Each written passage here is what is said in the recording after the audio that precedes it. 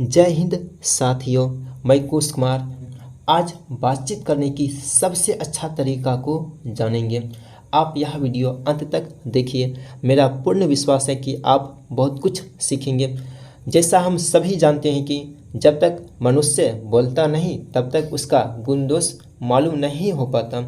तो शब्द सोचकर बोलिए, ना इसके हाथ पाँव, एक शब्द दे औषधि, एक शब्द दे घाव। इसलिए याद रहे, आप किसी के साथ जैसा व्यवहार, जैसा बातचीत करेंगे उससे वैसा ही पाएंगे।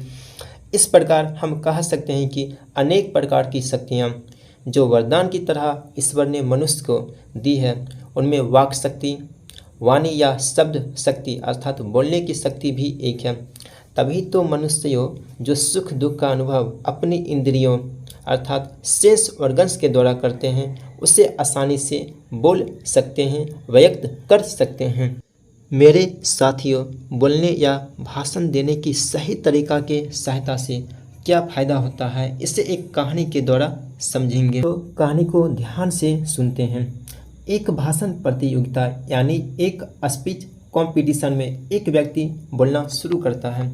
वहाँ उपस्थित लगभग हर एक व्यक्ति उसके भाषण की खिल्ली यानी मजाक उड़ा रहे हैं, उसकी ओर कुर्सियाँ फेंक रहे हैं और बार बार तालियां बजाकर उसके भाषण में बाधा डाल रहे हैं।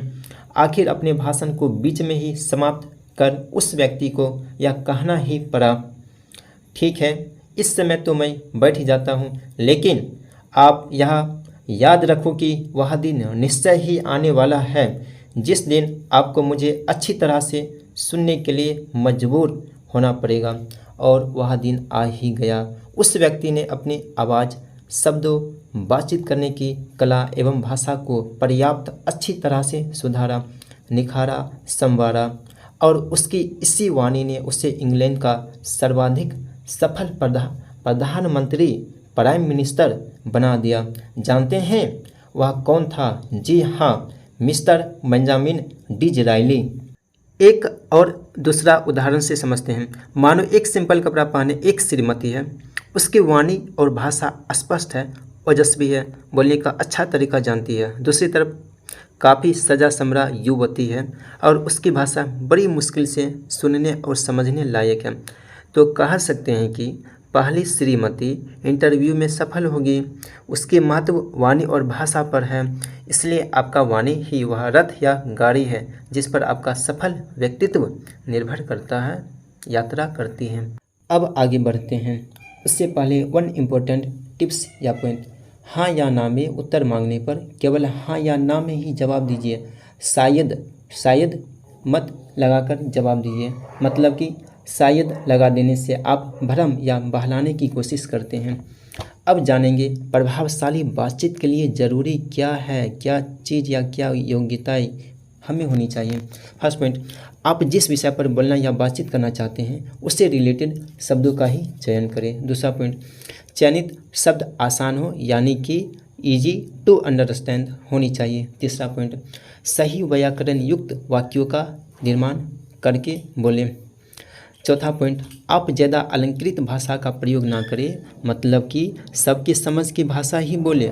पांचवा पॉइंट, शब्दों का उच्चारण शुद्ध और साफ साफ करें यानी स्पष्ट करें, जिससे सामने वाला आसानी से आपकी बात को सुन सके और समझ सके।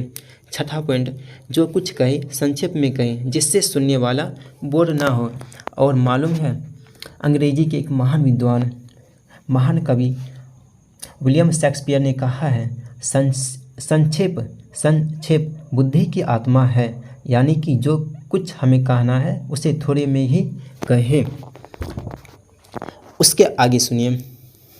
सातवां पॉइंट, आपके वाक्यों में आत्मविश्वास दिखना चाहिए। आठवां पॉइंट, अपनी वाणी को बैलेंस रखते हुए सिंपल हावभाव के साथ अपनी बात को आगे बढ़ाएं।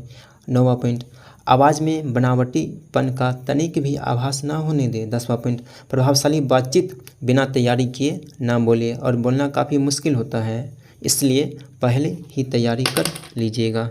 मैं आपको बताना चाहता हूँ कि आर्ट ऑफ कन्वर्सेशन यानी बातचीत करने की कला में यह मेरा फर्स्ट वीडियो है। मैं टोटल 5 वीडियोज बनाने वाला हूँ। यदि आपको अच्छा लगा तो कमेंट करें और हाँ, इसे शेयर और सब्सक्राइब करना ना भूलें। धन्यवाद।